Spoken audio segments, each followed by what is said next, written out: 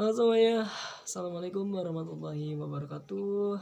Saya Mutadin dari kelas Regular C dengan NPM 221104019117 akan sedikit membahas tentang sejarah bahasa Indonesia dan plagiatisme.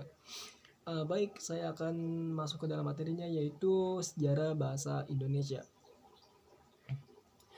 Sebelum kemerdekaan itu diproklamasikan, bahasa Indonesia merupakan salah satu dialek bahasa Melayu yang dimana telah dipakai oleh penduduk Indonesia berabad-abad lamanya, yang dimana sebagai alat perhubungan antar penduduk Indonesia yang terdiri dari berbagai suku dan bahasa.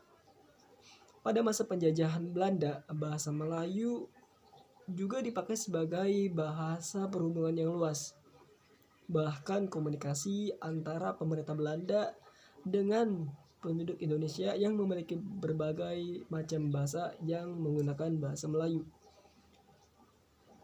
Berlanjut pada tahun 1928 saat dilangsungkannya Kongres Pemuda pada tanggal 28 Oktober, bahasa Melayu diubah menjadi bahasa Indonesia dan dikirakan sebagai bahasa persatuan atau bahasa nasional dalam Sumpah Pemuda.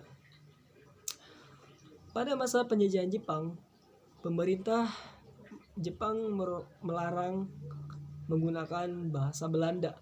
Pelarangan ini mempunyai dampak yang positif terhadap perkembangan bahasa Indonesia. Saat itu, pemakaian bahasa Indonesia semakin meluas. Bahkan Indonesia dipakai dalam berbagai aspek kehidupan, termasuk kehidupan politik, pemerintahan yang sebelumnya lebih banyak menggunakan bahasa Belanda. Setelah kemerdekaan Indonesia diproklamasikan pada tanggal 17 Agustus 1945, pada tanggal 18 Agustus 1945 menyatakan bahwa bahasa negara adalah bahasa Indonesia.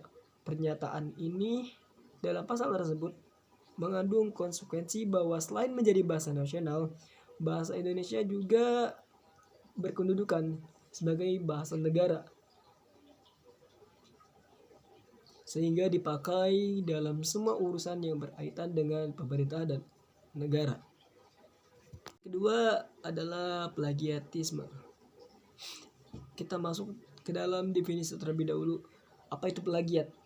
Plagiat dalam Peraturan Menteri Pendidikan Nasional RI nomor 17 tahun 2010 didefinisikan sebagai perbuatan secara sengaja atau tidak sengaja dalam memperoleh atau mencoba memperoleh kredit nilai untuk suatu karya ilmiah dengan mengutip sebagian atau seluruh karya ilmiah pihak lain yang diakui sebagai karya ilmiahnya tanpa menyatakan sumber secara tepat dan memadai. Ada beberapa jenis plagiat yang dimana